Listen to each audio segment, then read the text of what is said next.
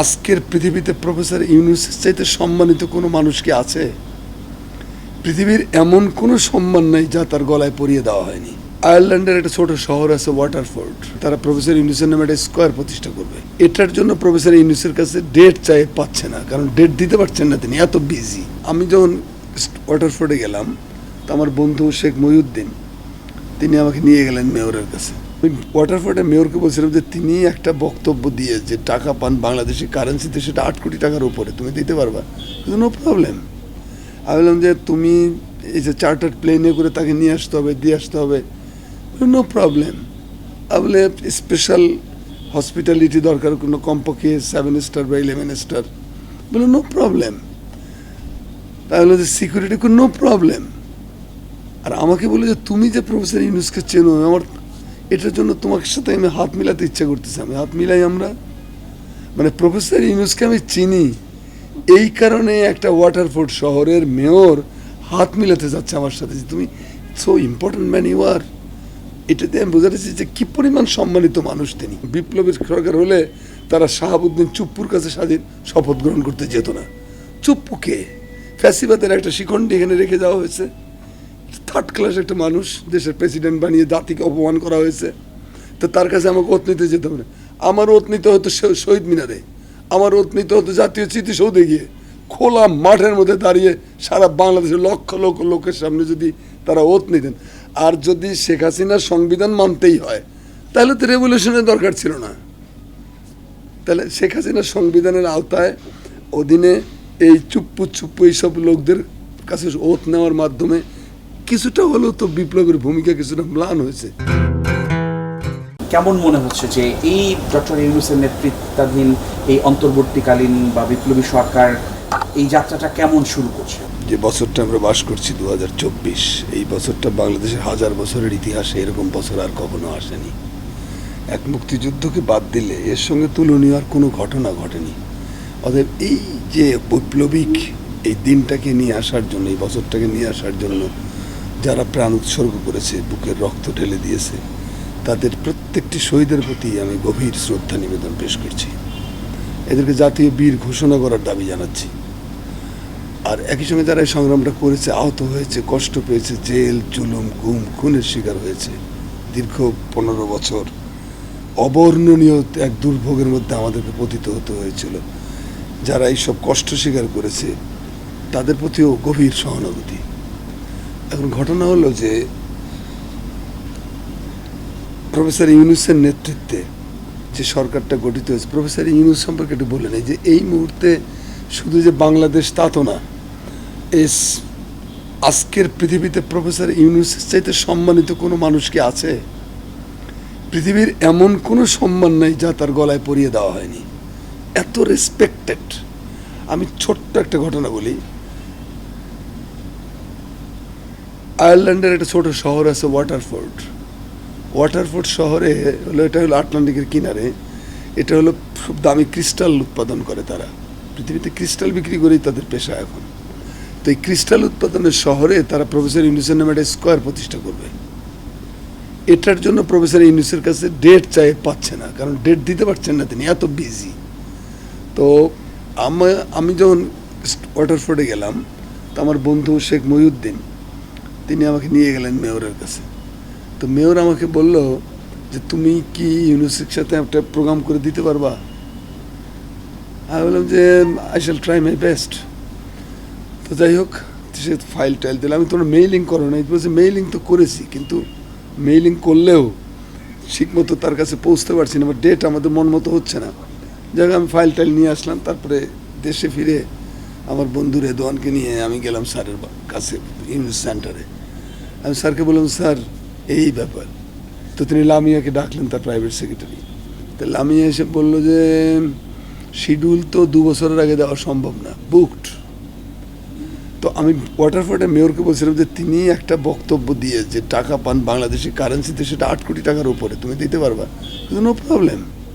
আমি বললাম যে তুমি এই যে চার্টার্ড প্লেনে করে তাকে নিয়ে আসতে হবে, দিয়ে আসতে হবে, নো প্রবলেম। আমি বলে স্পেশাল হসপিটালিটি দরকার, কোনো কমপক্ষে 7 স্টার বা 11 স্টার, বলে নো প্রবলেম। তাহলে যে সিকিউরিটি নো প্রবলেম।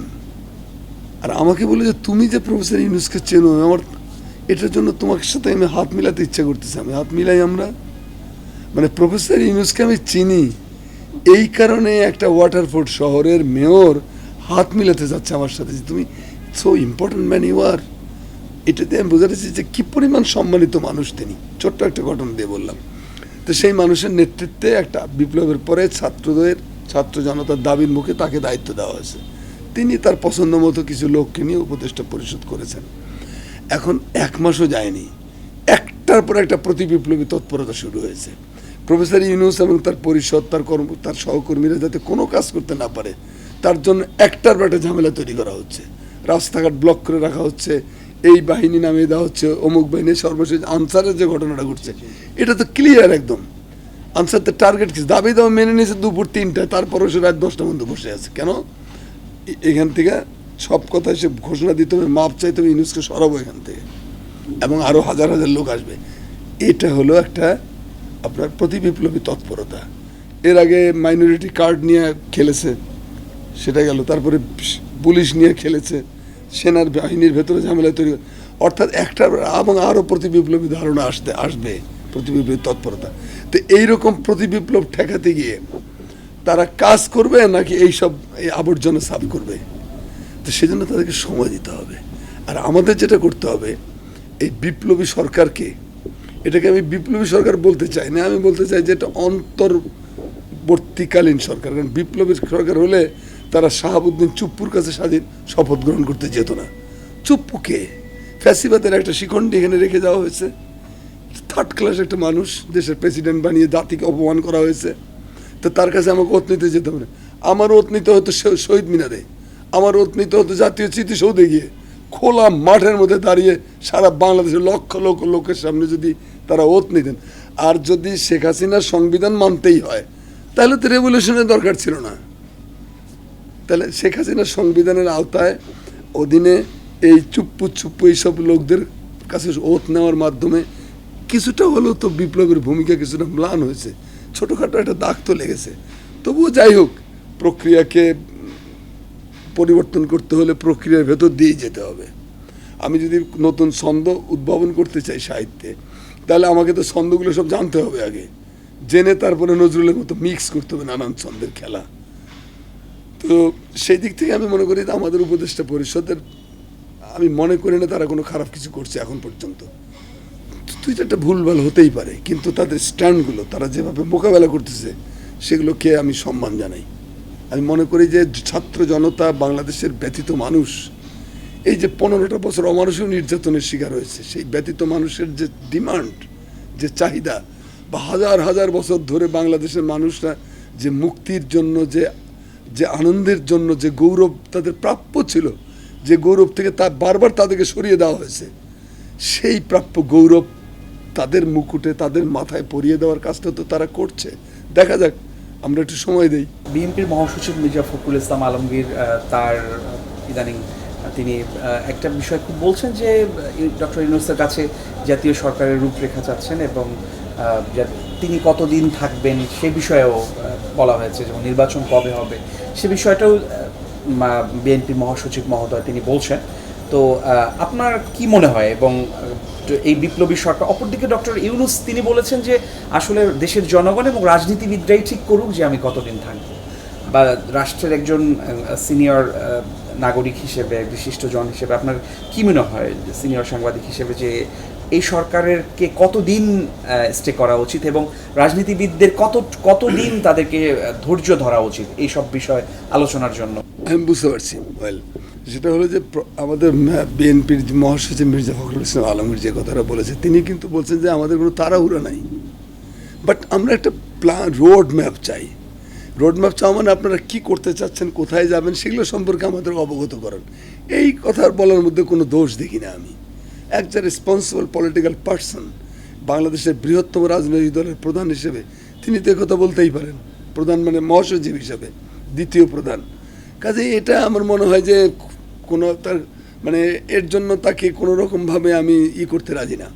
মানে তিনি কোনো ভুলভাল কিছু বলেননি। তিনি বলছেন যে এই সরকার পর্যাপ্ত সময় দেওয়া যাবে, দেব আমরা। আমরা নির্বাচন কবে হবে এটা নিয়েও তাড়াহুড়া করছি না, but we want a road map.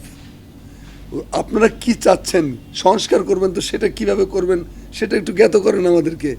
কারণ যা কিছু বাংলাদেশ যে এত কারাপ্ট, এত দূষিত হয়েছে, এটা জন এফ কেনেডির একটা ডায়লগ আছে যে পলিটিক্স যখন কারাপ্ট হয়ে যায়, দূষিত হয়ে যায়, জীবনের সবগুলো অঙ্গন তখন দূষিত হয়ে যায়।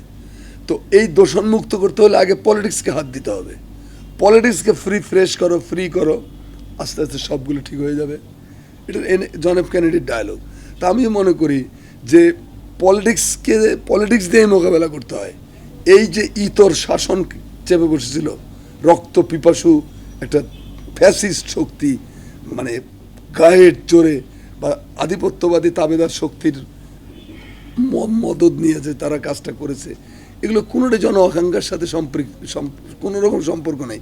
একটা ব্যক্তি এবং তার নিষ্ঠুর দল তার উচ্চাবিলাস চরিতার্থ করার মেশিনে পরিণত করা হয়েছিল রাষ্ট্রকে। রাষ্ট্রের সবগুলো প্রতিষ্ঠান ডিস্ট্রয় করে দেওয়া হয়েছে। বিচার বিভাগ তো প্রধান বিচারপতি যান নিয়ে পালিয়ে বেঁচে গেছে এই দেশ ছেড়ে। বিচার ব্যবস্থায় ধ্বংসস্তূপ, পুলিশ দলীয় ক্যাডার, প্রশাসন একদম ক্যাডার, দলীয় ক্যাডার। এদের কারো কোনো ভূমিকা কি মনে হয় যারা সুস্থ লোক ছিল? তাহলে এই অসুস্থ আবহাওয়ার থেকে বেরিয়ে আসতে হলে আগে তো রাজনীতিতে হাত দিতে হবে। আমার মনে হয় সেই কথাটাই মির্জা ফখরুল ইসলাম আলমগীর বোঝাতে চেয়েছেন, যে আপনি একটা রোড ম্যাপ দেন, সংস্কার করতে আপনার কতদিন লাগবে, ক্লিন করতে কতদিন লাগবে, তারপরে আপনি আসেন নির্বাচনে। এটাতে দোষের কিছু নেই।